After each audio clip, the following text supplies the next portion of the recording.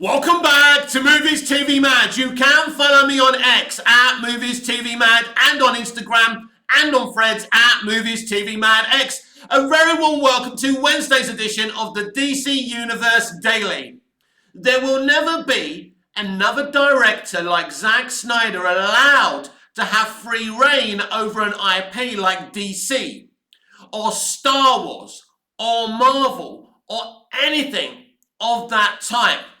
It's very interesting. I woke up this morning and I went on X, and the actress who led Rebel Moon said it was very hurtful reading all the reviews for Rebel Moon, tearing the movie to shreds. It must be very difficult when you've worked on something so hard. It must be very difficult being a fan of someone like Zack Snyder and seeing everything he does torn to pieces. But reaction to art is very important, whether it's positive or negative. That's why I never actually read the reviews for Rebel Moon, because the most important review is mine. And I loved Rebel Moon, and that's all that matters. Other people's views on the movie aren't important to me, but their opinions are as valid as mine. It's a shame people can't be a little bit more kinder when they're talking about Zack Snyder's material, but that's just the world we live in today. But why do people hate Zack Snyder and how he makes art, how he makes films? Because he's a very uncompromising director who refuses to make mainstream art, mainstream films. And this really frustrates people. David Goyer in Man of Steel coined a brilliant piece of dialogue when Mr. Kent is explaining to Clark why Pete Ross's mother is a little bit unbalanced and afraid of what happened when he saved the busload of kids. Mr. Kent says to Clark, people are afraid of what they don't understand. And I think in terms of Batman versus Superman especially, a lot of people clearly didn't understand that movie. And that's the movie. That's the Zack Snyder film I want to revisit today and talk about. Because the reaction to that film was so damn polarizing. There may never be such a polarizing reaction to a film ever again. And I understand why some people were very angry about what Snyder did with that movie. He has Batman branding people. I get it. For a diehard Batman fan, that's a despicable thing to do. I mean, I've been in love with Batman since the 60s series. I love the character, not as much as I love Superman, but Batman is such a cool character. But people just couldn't get their heads round Batman versus Superman. And all of a sudden, we had this divided situation where some loved it and some hated it. I remember the polarizing reaction to it. And I remember watching the movie for the first time. And the first version of the film I saw was the theatrical release, not the Ultimate Edition, which is the better version to watch because it's got that half an hour extra footage, which is important for a proper version of that movie. But I still loved the original theatrical release. I was blown away. I was emotionally drained after watching that movie. I thought it was going to be critically acclaimed. Dull. What an idiot am I, right? To actually think that. But I loved the movie. That moment when they're in the Capitol building and it suddenly blows up. It reminded me of The Dark Knight, when Rachel gets burnt to cinders instead of, Harvey Dent. And I thought, wow, people are going to love this film, surely. It's amazing. It's full of realism. It's grounded. But a lot of people hated this movie. I'm emotionally intelligent enough to understand that people don't have to love what I love. People don't have to hate what I hate. People don't have to think the way that I think. But the way we talk about somebody's work, I think, is very, very important. A lot of people have decided to start defending James Gunn because of, the vocal minority of Snyderverse fans attack James Gunn on a daily basis. And I don't agree with the way that's done. But it's only the same way that Zack Snyder is still attacked, also on a daily basis. But that doesn't make it okay to attack James Gunn and call him all those names. It doesn't make it okay. You have become the very thing that you were fighting. And isn't that interesting? But Batman vs. Superman, to me, is a brilliant movie. Now, what's interesting about all of this, as you all know, and if you're new to the channel, first of all, please subscribe. But if you're new to the channel, you won't know. And if you'll hear me say this every day and I'll bore you to death about it. Superman the movie was the first movie I ever saw. It's the first time I saw a superhero. First time I saw Superman fly. That movie inspired me. So why is it someone who thinks it's okay for Superman to save a cat from a tree, to have a bright blue suit and smile and be, this uplifting character, also thinks it's okay to do Superman and Batman the way Snyder did it? Because I don't think there's only one way to tell these stories. I see on social media all the time, no, Superman shouldn't wear the trunks. No, it's bad. He shouldn't save cats from trees. That, to me, is an attitude I don't understand. It's the same thing when people say, oh, BVS is too dark. It takes itself too seriously. And some people say that, Superman 78 doesn't take itself seriously enough. It does. It just happens to have some gags in the movie as well. And it's uplifting and it's bright, and that's okay. But it's also okay to do what Snyder did as well. We need a balance in our thought processes and our conversations. But film and art and comic books are a passionate business. Even comic book writers and artists were going after Snyder when BVS was released because it's a passionate business. Think about it. Geoff Johns, right, and Zack Snyder were even divided, and they were part of the insider track of that movie. I was watching Geoff Johns being interviewed for the movie, part of the BTS stuff. And he was being, obviously, he was being positive about the movie, but he didn't agree with what Snyder did. And they came to blows. And it all spilled over on social media when we were fighting to release the Snyder Cut. Geoff Johns had always been a hero of mine, but I was hearing a lot of stuff that wasn't very positive about him. The way I kind of comprehend that is saying that nobody's perfect. Geoff Johns isn't perfect. Nobody is perfect. But the attitude towards Zack Snyder on social media is amazing to me.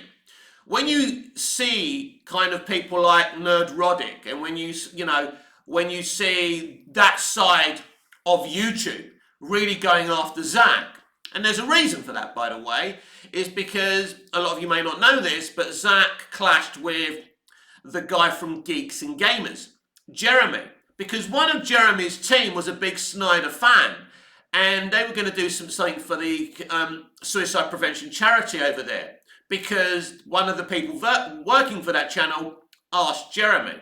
But what happened was Snyder backed out, and he made a public statement about, I would never get involved with people like that. And that didn't turn out too good.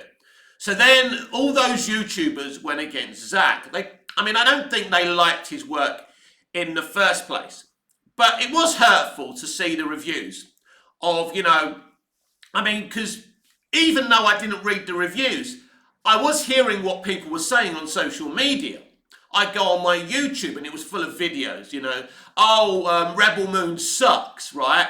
Oh yeah, that's a very sophisticated way to review a movie, right? Rebel Moon sucks. As I say, I can't tell you to like something that you don't like. You don't have to like Zack Snyder. But it's all about respect, isn't it? Personally, I'm very grateful that we had Man of Steel and Batman vs. Superman, Dawn of Justice. Very, very grateful. I think they're three excellent movies. They're stunning to look at. And the storytelling is very visceral. And personally, I enjoy what Snyder's trying to do. But Batman vs. Superman Dawn of Justice deconstructs Superman and Batman, and people didn't like that. Even though by the end of the movie, basically, he reconstructs both characters. He deconstructs to reconstruct, right? He likes deconstructive stories.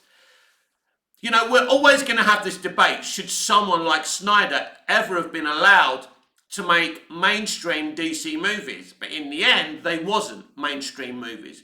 You can't ask Zack Snyder to be James Gunn, right? And you can't expect James Gunn to be Zack Snyder.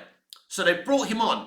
Look, the reasons for Snyder coming on to DC in the first place are complex. As you well know, David Goyer, the writer of the Dark Knight trilogy, had an idea for a First Contact Superman movie. Nolan wanted to do him a solid, so he went to the studio and said, you should do this. And then they said, well, we want you to helm this brand new DC universe. He wasn't that interested, but he godfathered Man of Steel. He brought in Zack Snyder. That was Christopher Nolan's decision because he was looking at it from an artistic standpoint. Now, if you really, really want to sell that type of movie to the public the way David Goyer was looking to do it, you probably need it to be directed by Christopher Nolan. Christopher Nolan claimed he wouldn't be able visually to make, do Superman justice, and that's why he brought in Snyder. And certainly Snyder, whether you like his films or not, certainly did a Superman movie justice visually. But it's very, very interesting. I mean, I suppose if you're an outsider and you don't understand the hate for Snyder, it is very difficult to explain why people hate him so deeply. This is just a filmmaker. You disagree about the way he makes movies, but surely you can agree to disagree. But it became so toxic. You know all those toxic the toxic vocal minority of Snyderverse stands. You people who vocally go after Zack Snyder, who went after BVS, you created those people. That's the irony. The people going after James Gunn, you created them, right?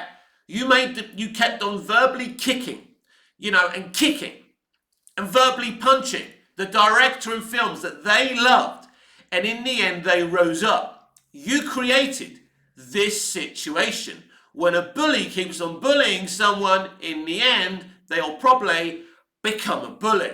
When you abuse a child, sometimes that child grows up to be an abuser. It's a very tragic situation, but that's the realities of life. You created this situation, and all of a sudden there's this divide in DC fandom. But what type of film is Batman vs. Superman Dawn of Justice? Well, it's absolutely a sequel to Man of Steel. Straight off the bat, it continues from Man of Steel. It shows us the Battle of Metropolis from Bruce Wayne's point of view. It's beautifully shot, and it shows you Bruce Wayne being a hero without the cape and the cowl, and it's brilliant. And Affleck does a great job. It's beautifully shot and it looks brilliant. It's great. It's brilliant. I love it. It's a great way to start the movie. The movie actually really starts in going back and showing us how this Bruce Wayne's parents were killed in front of him. Again, it's very, very faithful to the comics. It does kind of reiterate some of those panels. This movie is inspired, by The Dark Knight Returns.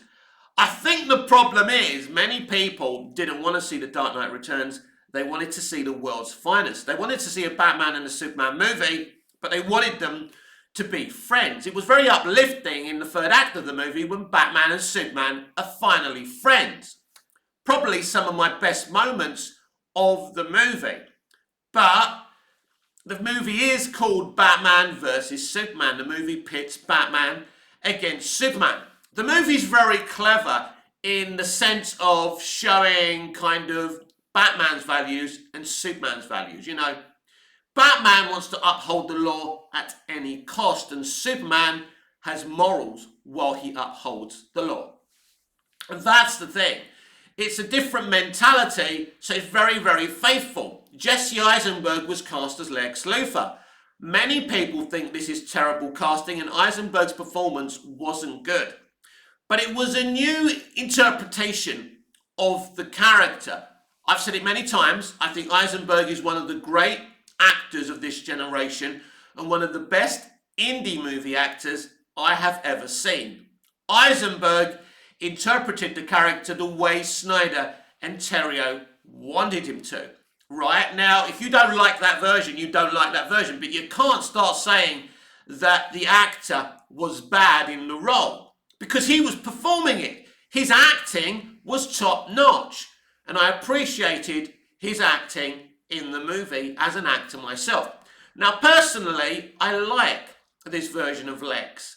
Is it one of the best versions of Lex ever? Of course not. Is it one of my favourites? No.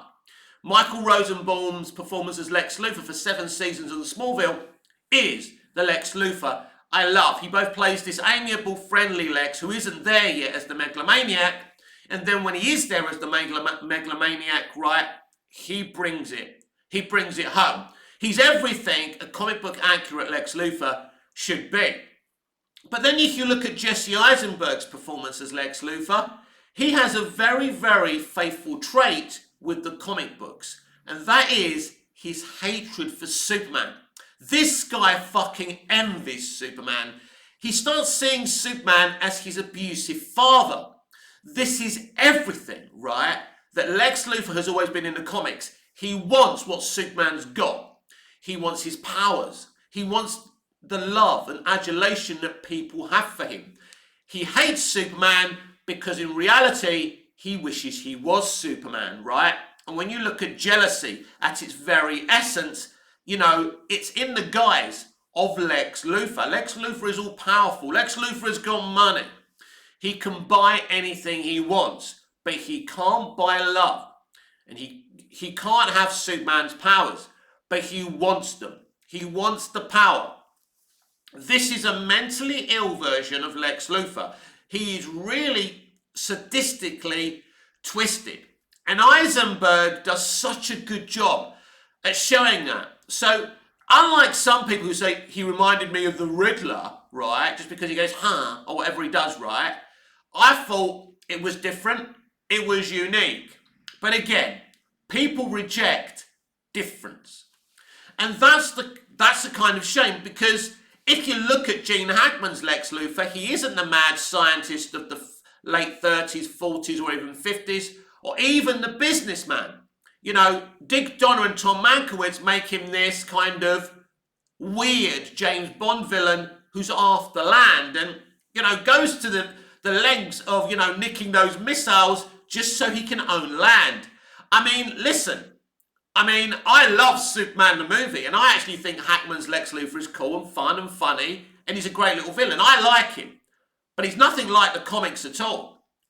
But then people who wanted Snyder to be more faithful to that kind of version of Superman kind of forget about that. That actually Superman the movie isn't comic book accurate at all with Gene Hackman's Lex Luthor. Isn't that interesting? And again, I'm fine with it because I don't mind people putting their own takes into live action adaptations. We were speaking about Smallville.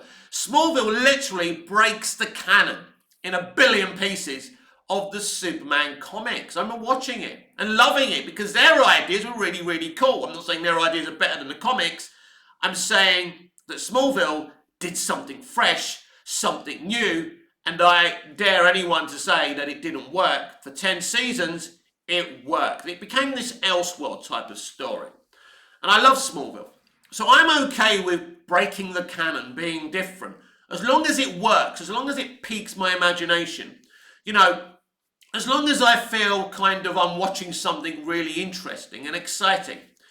Snyder really made an effort. I mean, I was listening to his Batman vs. Superman Dawn of Justice, you know, commentary.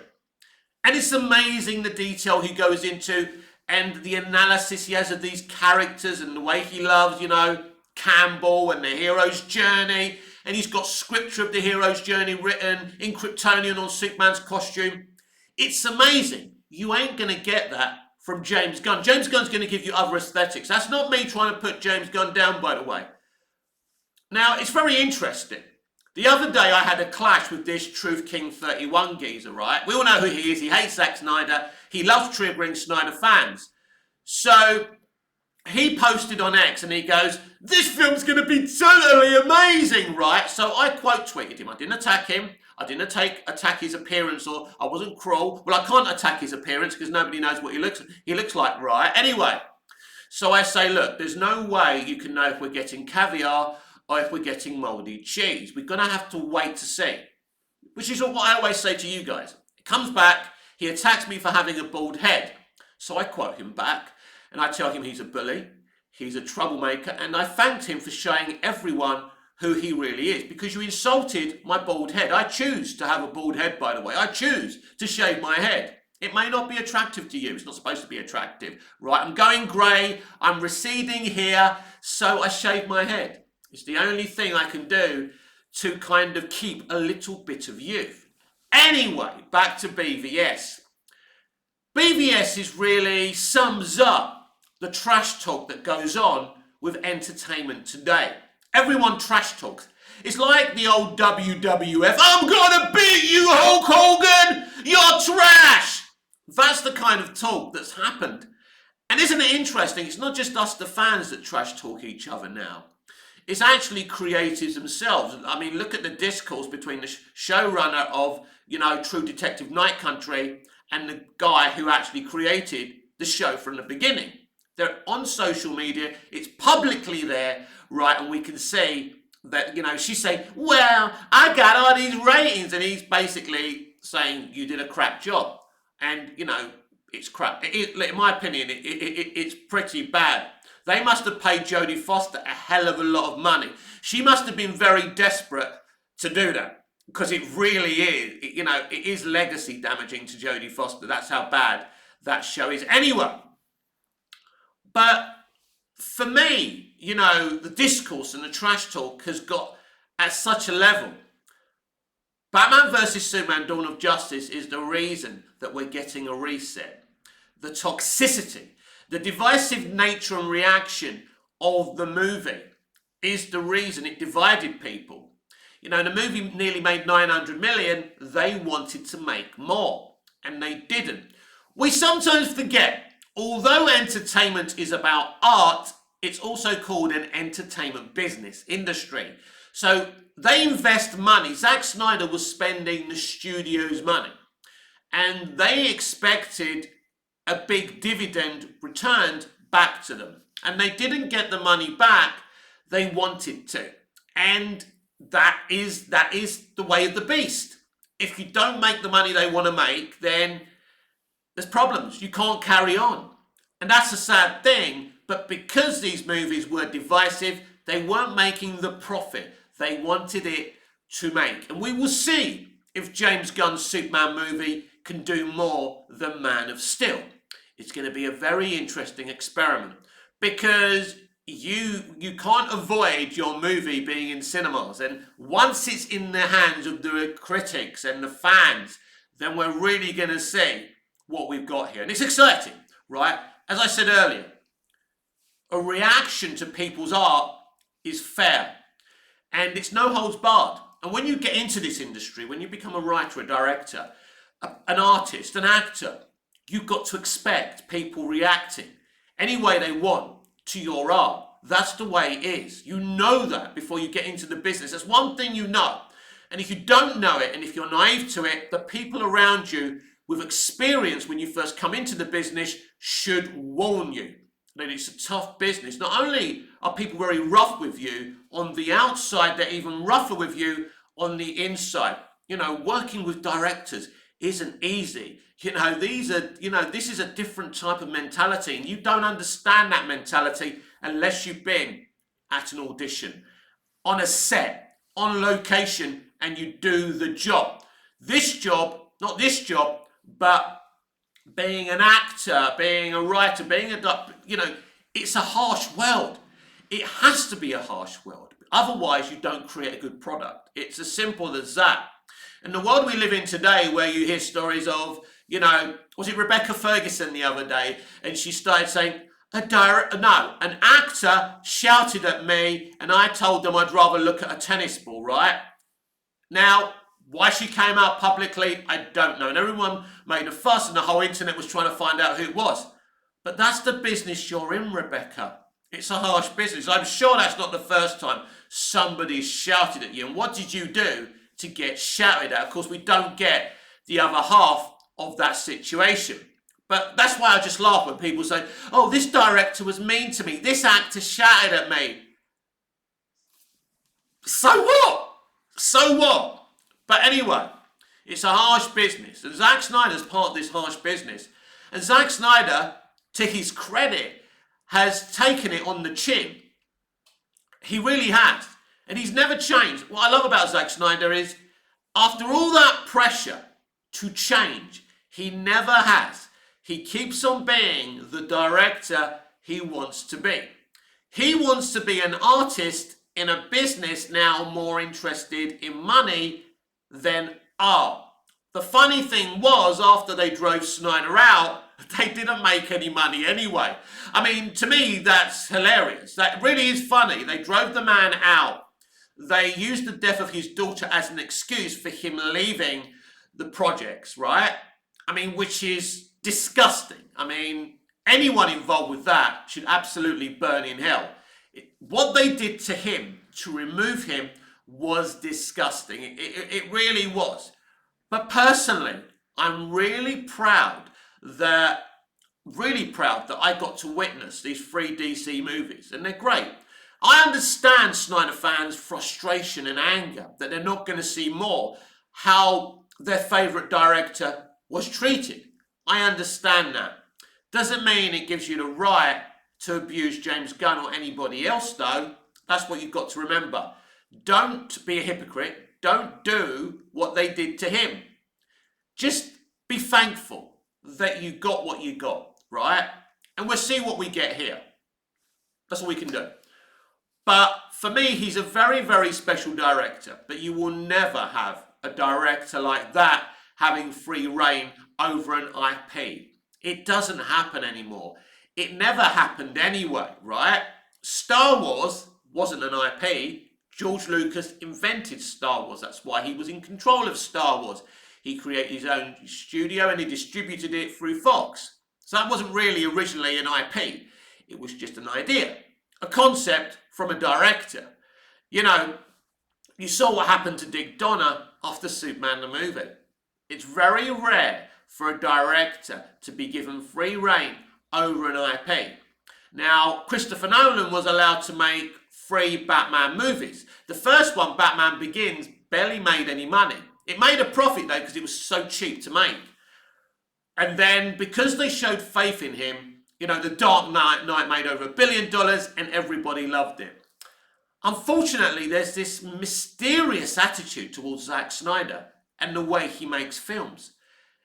And this inspires hatred. It's weird. I've never seen this before. I don't know of another director that's hated so deeply.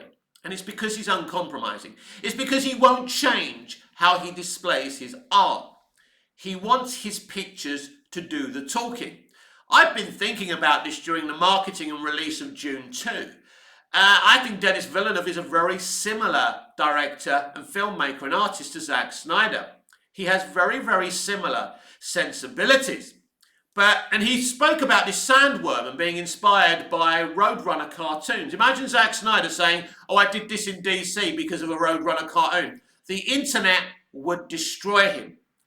I don't know why they hate him. He isn't confrontational.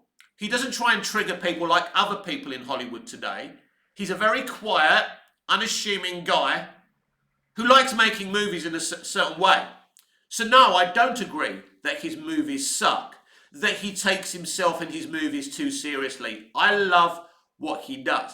I mean, it's normally a great director will make one magnum opus.